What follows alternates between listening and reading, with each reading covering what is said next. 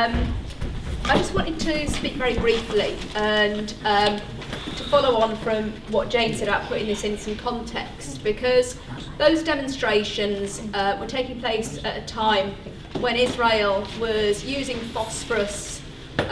using a horrific amount of weaponry, invading Gaza with tanks, killing men, women and children. Final death toll was over 1,400 Palestinians. And though the people out on the streets were protesting against a war crime taking place. And what we're seeing now is that we have young men serving time for throwing a bottle of water near the gates of the Israeli embassy, whereas Israel yet again has managed to escape any sort of international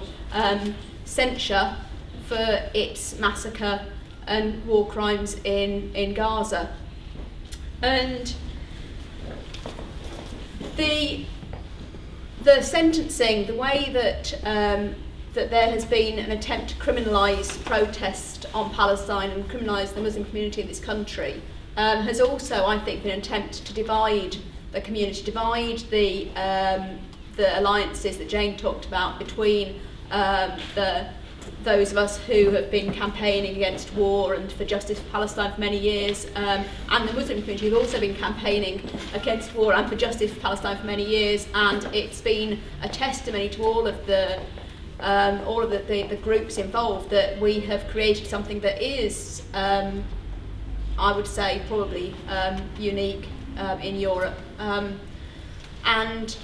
I think we need to send a very clear message here and now that that unity will not be broken, and that alliance that we've created has been a strength that we've all relied on, and we're not going to be divided. These sentences, I think, are also an attempt to scare people from going out and demonstrating against the crimes that either the British government are committing in Iraq and Afghanistan, or the crimes that the Israeli government commit in whether it's in Gaza, whether it's against Lebanon,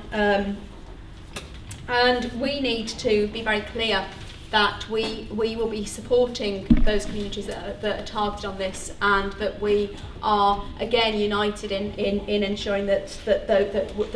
we have the strongest possible demonstration against those crimes. And the attack that Mohammed spoke about on the flotilla, and specifically on the Mavi Marmara, again was, in my view, an attempt to do a similar sort of job. It was an attempt to, because they were seeing flotilla after flotilla coming, ship after ship coming in, trying to break the blockade. Israel was towing the ships into Ashdod port, and it hadn't actually managed to stop the flotillas from the ships from going in. I think the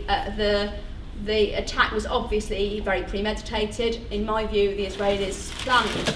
to commit an atrocity very clearly on that boat before they even set off in their massive attack fleet. And I think again that was an attempt to try and scare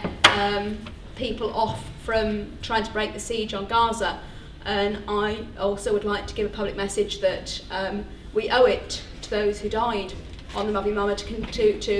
to make a very clear message that we will not be threatened, we will not be scared off by those tactics, and we will be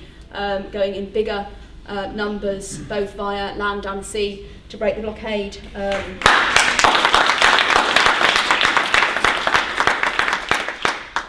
I'd also like to just finish by saying there were some true acts of heroism on that boat that I was on. And we owe it to them, we owe it to everyone who's imprisoned, both in here and Palestinians who've been imprisoned in Israeli jails, to achieve justice. And I think that we have a movement to be proud of. We have individuals and communities to be proud of, and I think as long as we remain united and we mobilise in significant numbers, as Jane said, for that appeal, and continue to mobilise against the war crimes that Israel's committing, that we will have justice, and that day will be sooner rather than later if we step up our campaigning and keep going on this issue.